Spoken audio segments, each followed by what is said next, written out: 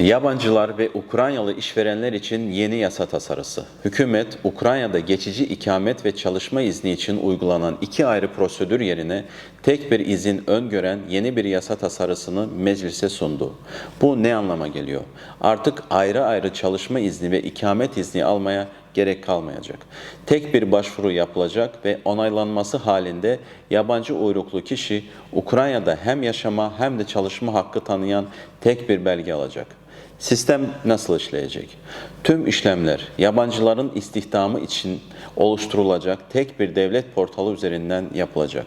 Başvurular yurt dışından dahi çevrim içi olarak gerçekleştirebilecek. Ana fikir, Ukrayna Avrupa modeline geçiş yapıyor.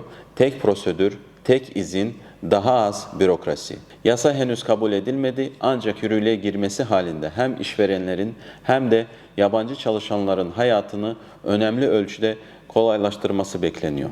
Haklarınızla ilgili daha fazla bilgi almak için paylaşmayı ve abone olmayı unutmayın.